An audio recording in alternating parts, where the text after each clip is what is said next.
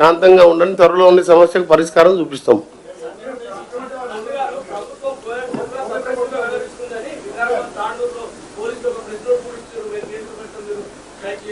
అరే ఇప్పుడు నిన్న కూడా రాష్ట్ర రవాణా శాఖ మంత్రిగా ప్రభుత్వ విధానాన్ని స్పష్టంగా చెప్పినాం.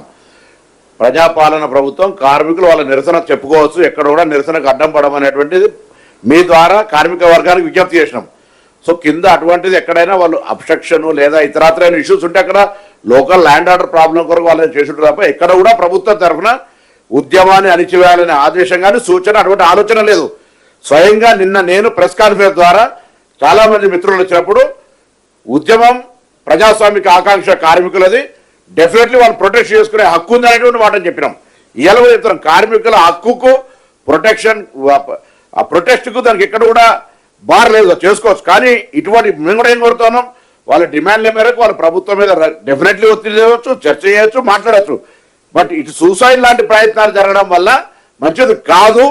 ప్రభుత్వం తరఫున మానవతా హృదయంతో విజ్ఞప్తి చేస్తున్నాం. మీరు కూడా దయచేసి అటువంటి అంశాల పట్ల, ఇదంతా కూడా ఒక ప్రారంభ ముచ్చట, మనం రాసే వార్త కానీ మనం చెప్పే విధానం కానీ కొంత రాక్షసానందం పొందేటువంటి వాళ్ళు ఇటువంటి ప్రక్రియ చేపట్టినా దయచేసి మేము మళ్ళీ కోరుతున్నాం.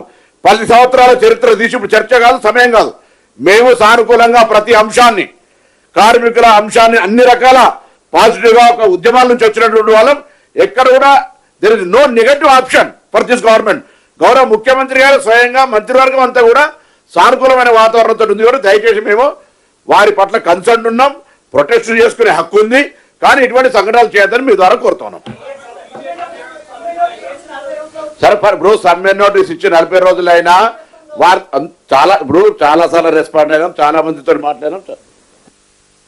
మధ్యలో అసెంబ్లీ సెషన్ ఉండే, మున్సిపల్ ఎన్నికలు ఉండే,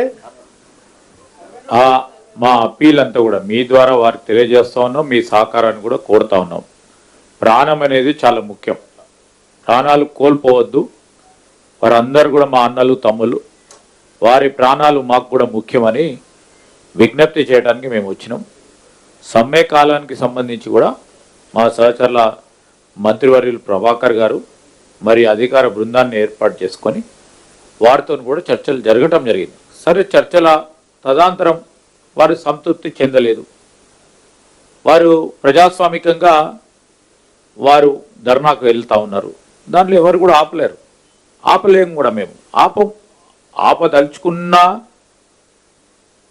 ప్రభుత్వం కాదు కనుక చేస్తూ ఉన్నారు. నిరసన తెలియజేస్తూ ఉన్న క్రమంలో ఇలాంటి క్షణిక ఆవేశంలో ప్రాణాలు కోల్పోవద్దని మేము కోరటానికి వచ్చినాం. మీ ద్వారా కూడా అదేవిధంగా అప్పీల్ చేయడానికి వచ్చినాం. మీరు కూడా, ఎందుకంటే ఇది చాలా సెన్సిటివ్, ఇదంతా కూడా మీరు మేము నిర్మించుకున్న ఈ రాష్ట్రం, ఈ నిర్మాణ భాగంలో ఇంకా అనేక సంవత్సరాలు ముందుకు పోయేది ఉంది. మీరు, మీ కుటుంబ సభ్యులు, మేమందరం కూడా కలుసుకొని ఆ క్రమంలో మీరు మాతోని నడవాలని, మీకున్న సమస్యలను కూడా పరిష్కారం చేయాలని ఆలోచనతో ప్రభుత్వం ఉంది. ముఖ్యమంత్రి రేవంత్ రెడ్డి గారు కూడా ఈరోజు ప్రత్యేక ప్రస్తావనతోనే మేమందరం కూడా ఇక్కడికి రావటం జరిగిందని మీ ద్వారా వారికి తెలియజేయడానికి వస్తాం.